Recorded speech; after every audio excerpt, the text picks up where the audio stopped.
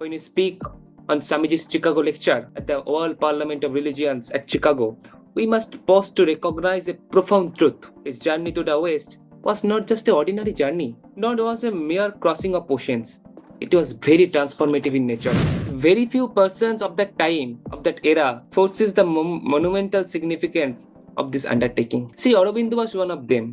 Sri Aurobindo understood that journey of Vivekananda to the West was not an ordinary journey. Once he said, the going forth of Vivekananda to the West, marked out by his master Sri Ramakrishna, was the first visible sign that India will arise not only to survive but to conquer. French novelist Romarola said, listening to Swami Vivekananda's words, when you lies down, you will sit up. If you sit, you will stand up. And if you stand, you will start to run.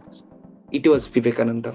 Swami Vivekananda's contribution to India's freedom struggle may not have been through direct, but his influence was profound and transformative. That's why his words were like seeds planted in the fertile minds of countless revolutionaries. As British officers themselves noted, there were 3 books that frequently appeared in the possession of any freedom fighters: the sacred Srimad Bhagavad Gita, Bankim Chandra's Anand Math, and Swami Vivekananda's Vartaman Bharat.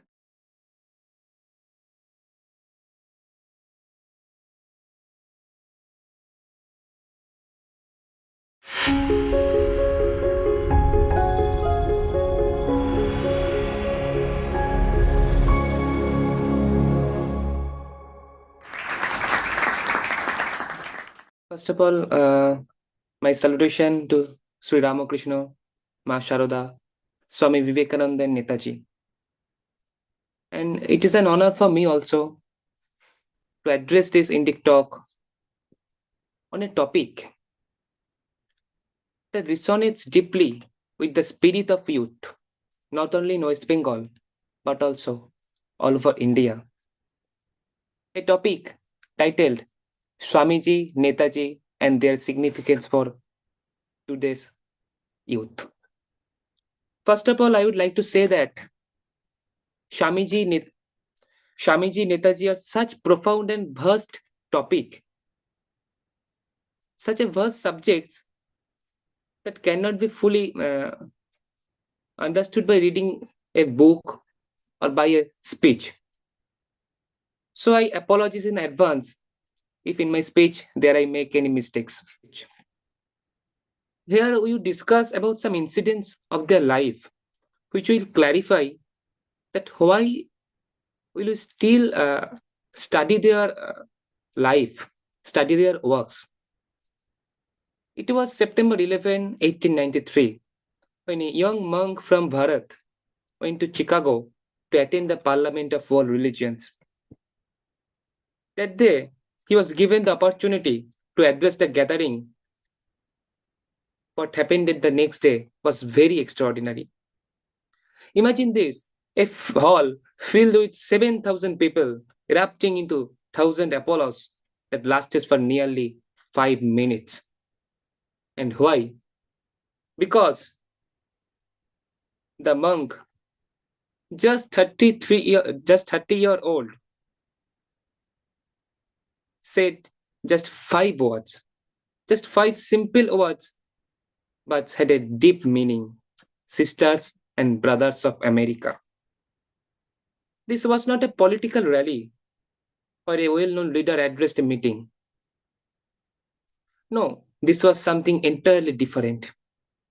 The speaker was Swami Vivekananda, a very young speaker, just 30-year-old, a Hindu monk. To the audience, he was neither famous nor familiar also. Yet those words spoken by him with genuine warmth and universal love touched hearts in a way that transcended cultural and geographical boundaries. It was the time, it was the day Swami Vivekananda's journey beginning onto the global stage. From that time, his ideal was not only in India, but started to growing up in the world stage. His wisdom, his presence earned him immense recognition in the West also. When Swamiji became very popular,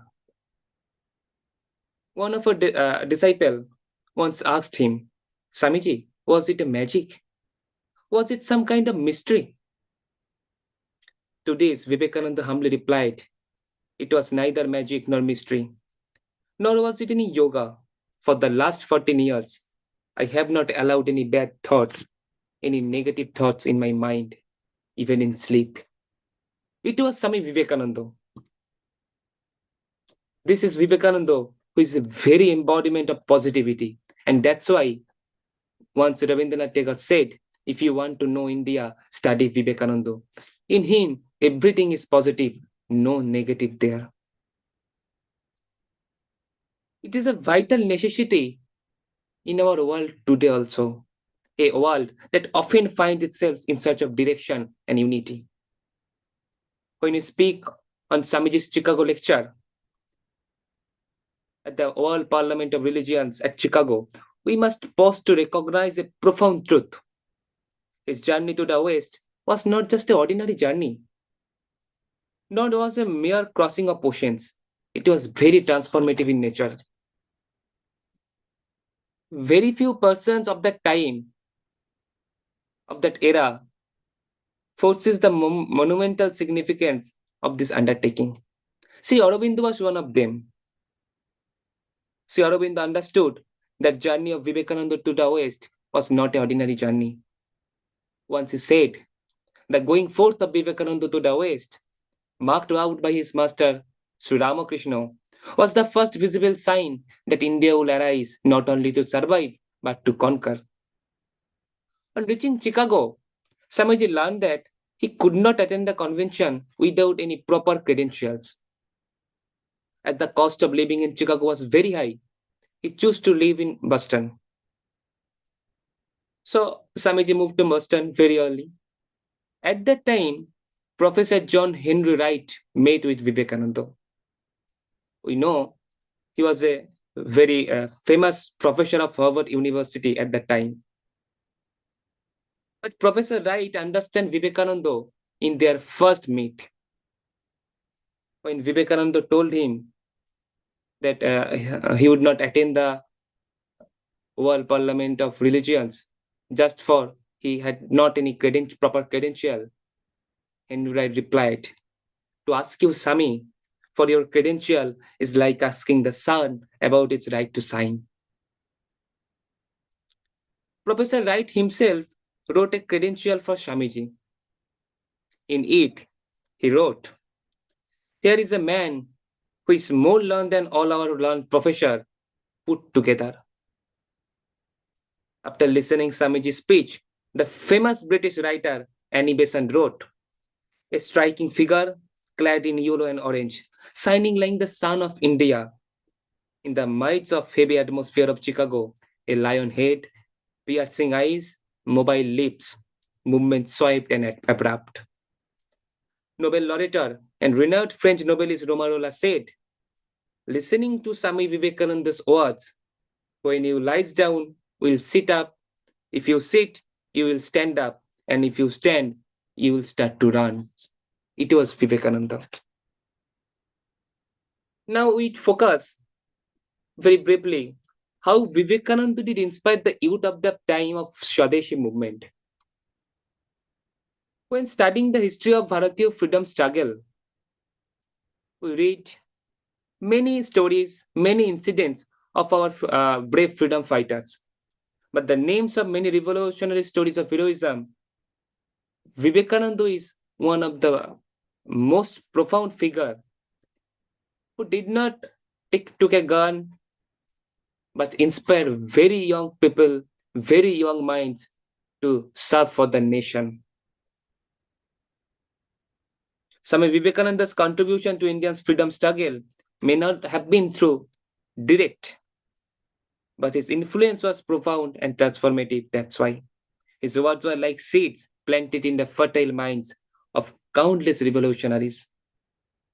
As British officers themselves noted, there were three books that frequently appeared in the possession of any freedom fighters: the sacred Srimad Bhagavad Gita, Bankim Chandra's Anand Math, and Swami Vivekananda's Vartaman Bharat.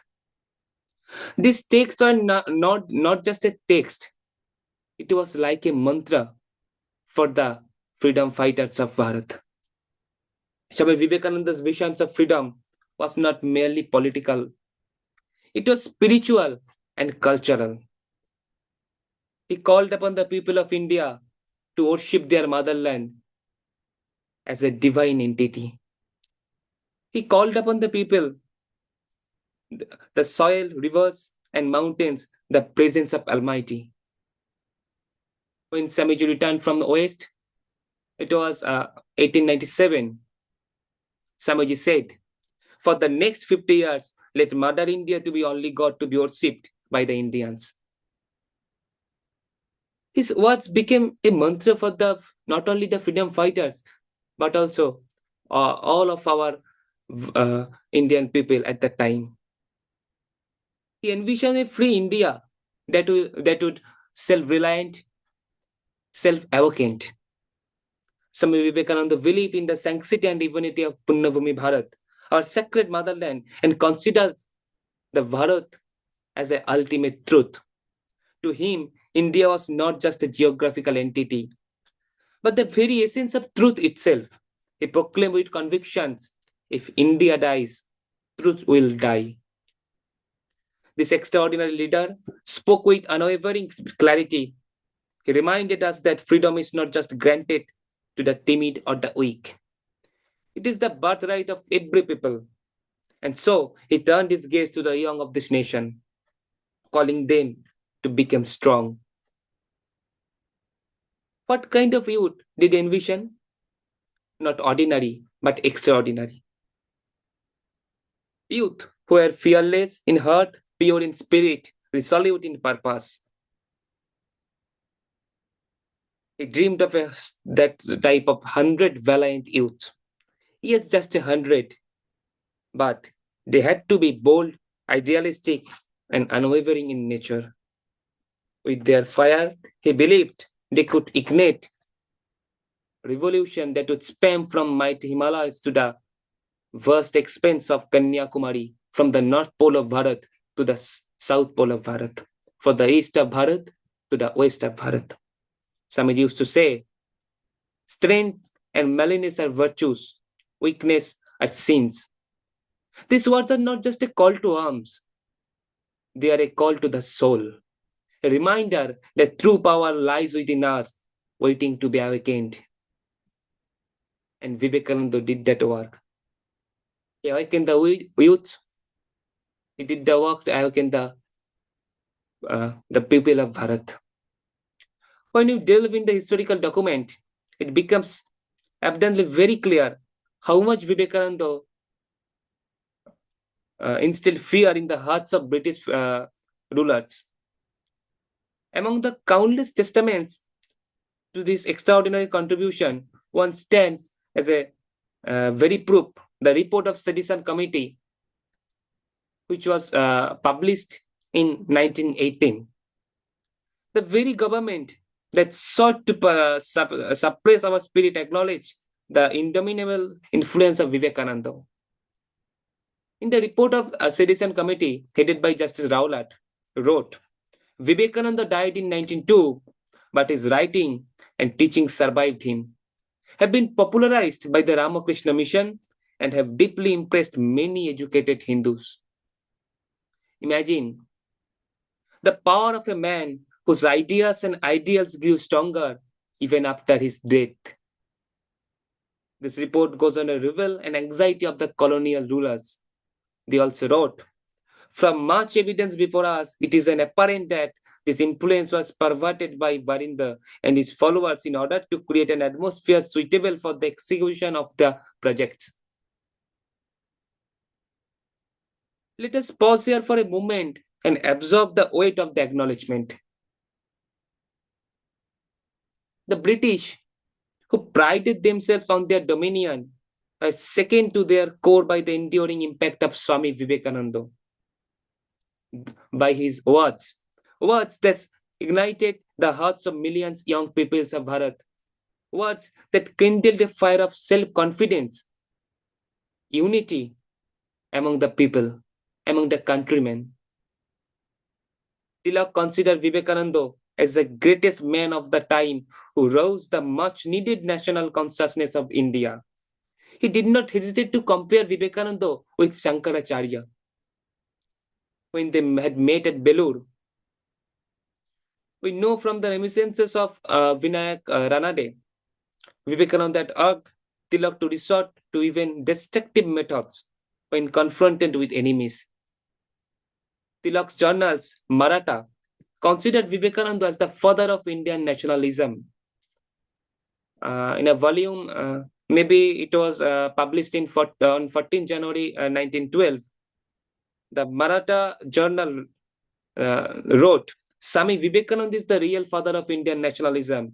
Every Indian is proud of this father of modern India. Who wrote this? It was written by Bal Gangadhar Tilak, one of the great freedom fighter of that time. We know Vipan Chandra Pal as an iconic figure of our freedom movement, a great orator of that time, the of the Swadeshi era, in whose speeches lived flames according to Sri Aravinda, wrote in Animation's paper Commonwealth on 18th August 1916, Vivekananda may well claim to be the great speaker and prophet of our modern nationalism.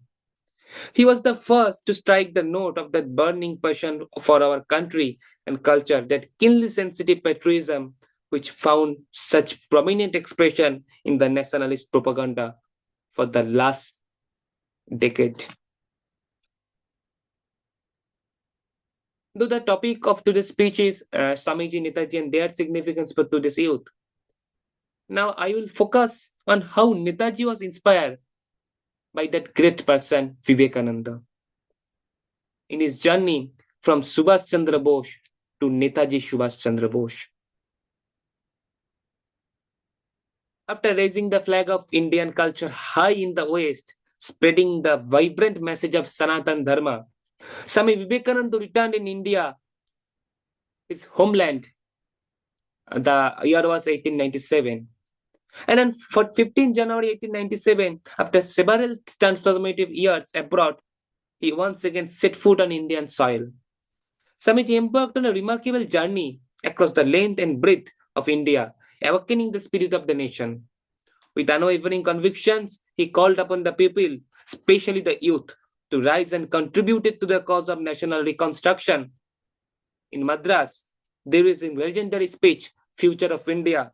Swamiji profoundly declared, for the next 50 years, let Mother India be the only God to be worshipped.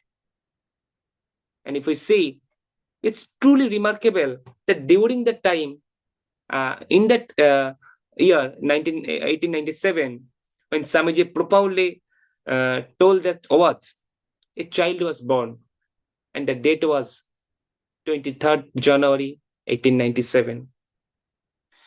In this child's life, Swamiji was found a very deepest realization. That child was none other than Subhas Chandra Bose, later who became a world figure. Swamiji's teaching became the guidance force of Subhas' life from very childhood, shaping his every action and decision. Subhas sacrificed his dream of monastic life to dedicate himself to greater cause, fighting for Bharatiya freedom struggle. For nearly 50 years, he poured his heart and soul into the service of motherland Bharat and her children, for the countrymen of India. He lived to witness the beginnings of his dreams taking shape, even as his own journey neared its end. Some believe he perished in a tragic plane crash, others hold the embrace that he took the path of monk. Whatever the truth may be, Subhas' legacy continues to inspire us all. Now, if we see, Bose was barely 15 years when Vivekananda entered his life. Uh, Subhash wrote himself that I was barely 15 when Vivekananda entered my life. Anukumar, in his book, Subhas Chandra Bose, Great Freedom Fighter, has written, Bose first saw few books written by Swami Vivekananda in a neighbor's house. He borrowed this book and read few pages casually. Soon he realized those were the books, the teaching that he had been looking for. Now he started reading these books with full attention and very soon finished reading all of the books. Later he read the works based on teaching of Vivekananda's master, Ramakrishna. Once Subhash Chandra Bose told, in the 80s of the last century, two prominent religious personalities appeared before the public who were destined to have a great influence on the future course of the new awakening. They were Ramakrishna Paramahansa, the saint, and his disciple Swami Vivekananda. Ramakrishna preached the gospel of the unity of all religions and urged the cessation of inter-religious strife. Before he died, he charged his disciple with the task of propagating his religious teaching in India and abroad, and of bringing about the awakening among his countrymen. Swami Vivekananda therefore founded the Ramakrishna Mission, an order of monks, to live and preach the Hindu religion in its purest form in India and abroad, especially in America, and it took an active part in inspiring every form of healthy national activity. With him, religion was the inspirer of nationalism. He tried to infuse into the new generation a sense of pride in India's past, a faith in India's future, and a spirit of self-confidence and self-respect. Though the Swami never gave any political message, everyone who came into contact with him or his writing developed a spirit of patriotism and a political mentality. So far, at least as Bengal is concerned, Swami Vivekananda may be regarded as the spiritual father of the modern nationalist movement. He died very young in 1902, but since his death, his influence has become even very greater. Subhash Chandra Bose believes that Swami Vivekananda's preaching laid the groundwork of India's freedom movement. On Vivekananda, Bose wrote, I cannot write about Vivekananda without going into raptures. He also said, if he had been alive, I would have been at his feet. Subhash Chandra Bose, whom the British considered the most dangerous man in India and who embodied the entire revolutionary spirit in India, wrote that his life was molded under Vivekananda's influence and urged the youth to follow the ideals of Swami Vivekananda. According to him, it was Vivekananda who gave the nation the best ideal for character building. Vivekananda's burning patriotism flowed like molten lava through Bose's veins and inspired him to dedicate his all and fight. He made Swamiji's philosophy of Shakti his own, and in presenting his political ideology, took Vivekananda's synthesis as its basis. His watchwords for the total mobilization in Southeast Asia, faith dedications were taken from the ideas of Swami Vivekananda. To him, Vivekananda was the representative of full ground manhood. It was January 1916 when Subhash Chandra Bose organized the successful strike in Presidency College. When he was a student of Presidency, we all are aware. And professor misbehaved with a student. He was expelled from the college. After losing the academic years, he was finally permitted to take admission in Scottish Church College. And the year was maybe in 1970. And got first class in philosophy. He decided to study experimental psychology in his MA study. But the wish of his father to made him an ICS officer. So he set sail to England on September 1990 and to study for civil service examination for that preparation. He was admitted for the course at Cambridge and passed ICS examination in the next year in 1920. But he was already an ardent nationalist from his core heart and did not want to serve the British. An ardent patriotic spirit in Subhas Chandra Bose forced him ultimately to resign from the ICS for the cause of the nation. Before resigning, he corresponded with his father, which is very popular, with his father, with his brother, and also with a very eminent personality, Chittaranjan Das.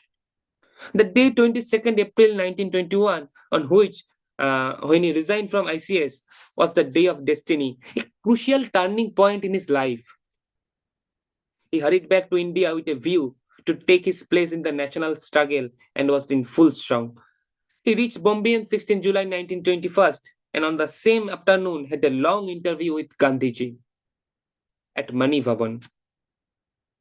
The Mahatma received him with characteristic hearty smile and the conversation started with with Subhash Chandra Bose. Subhas desired to obtain a clear understanding of the details of his plans.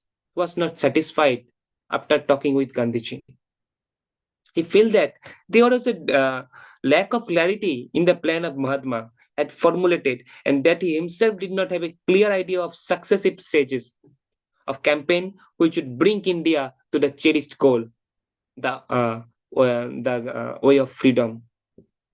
Gandhiji advised him to meet Chittaranjan Das after going to Kolkata.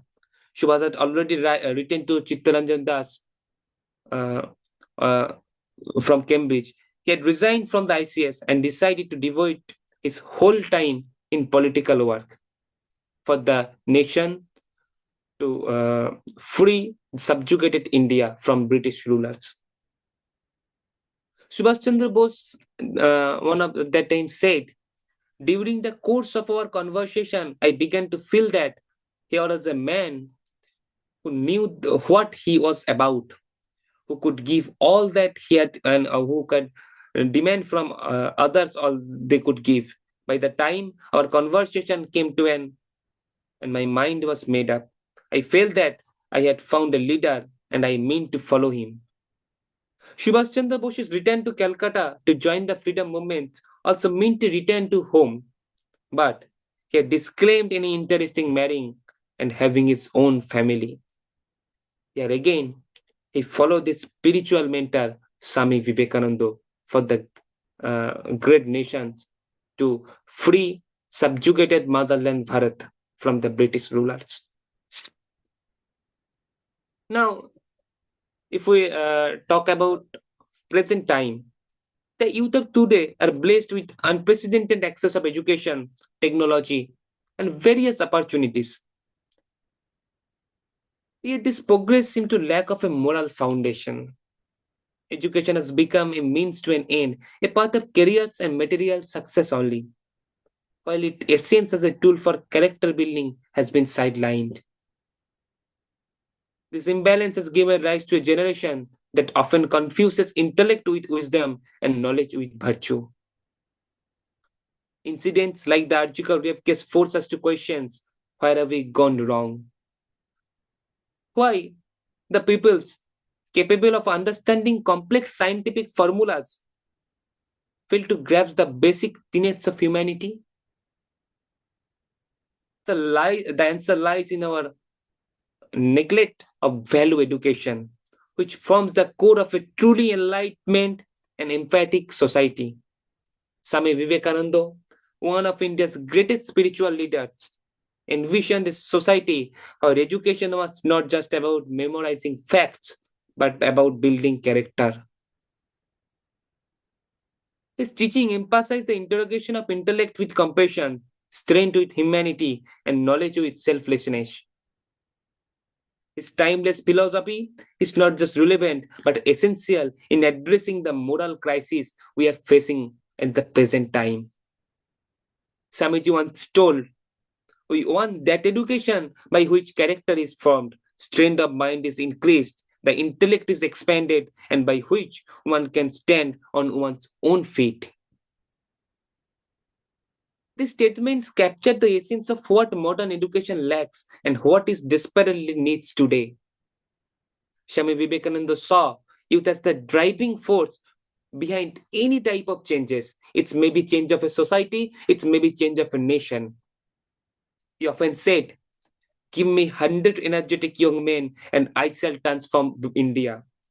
This statement underscores his confidence in the power of youth to initiate a sustained positive transformation.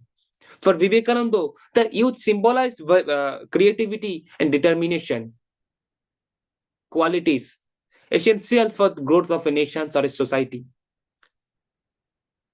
If we think about India, with a staggering population of over 1.4 billion at present, has an unparalleled treasure, its youth.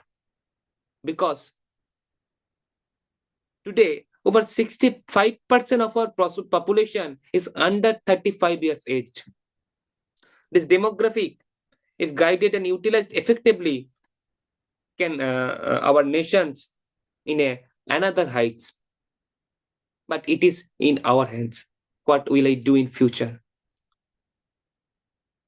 And who is to better to turn the inspirations, the guidance is none other than Vivekananda and Subhas Chandra Bose. Swami Vivekananda once said, "My faith is in young generation, the modern generations. Out of them will come my workers. They will work out the whole problem like lions." These words hold profound significance today.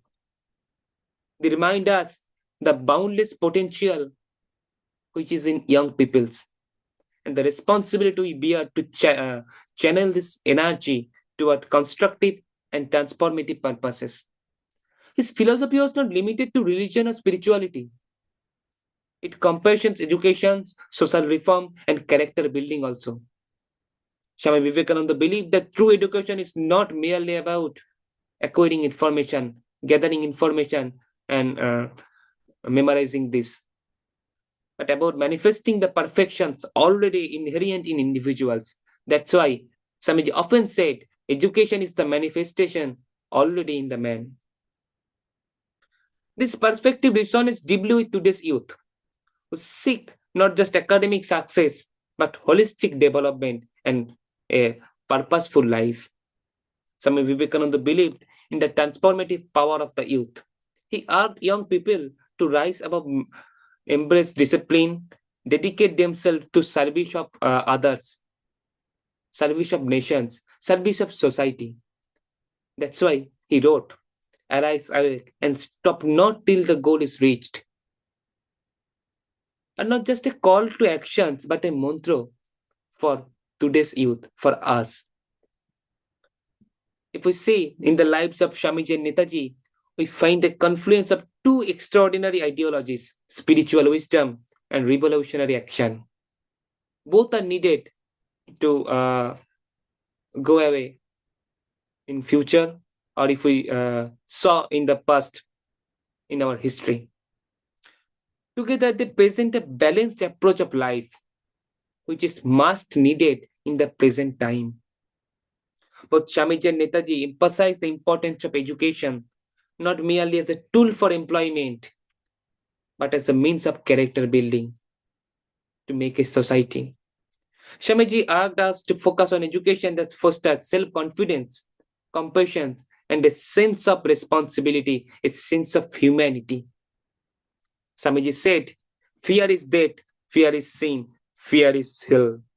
Netaji exemplified this fearlessness through his actions.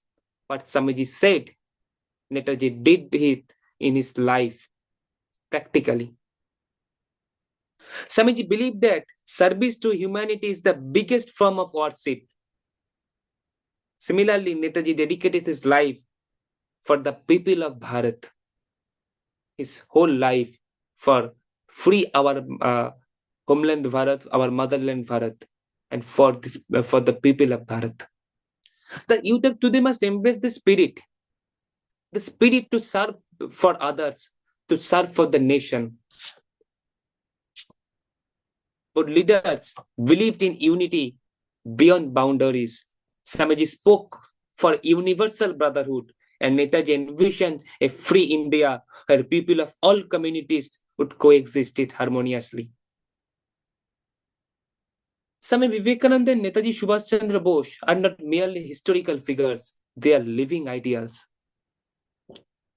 Their life inspire us to dream big, work hard, and dedicate ourselves to noble causes.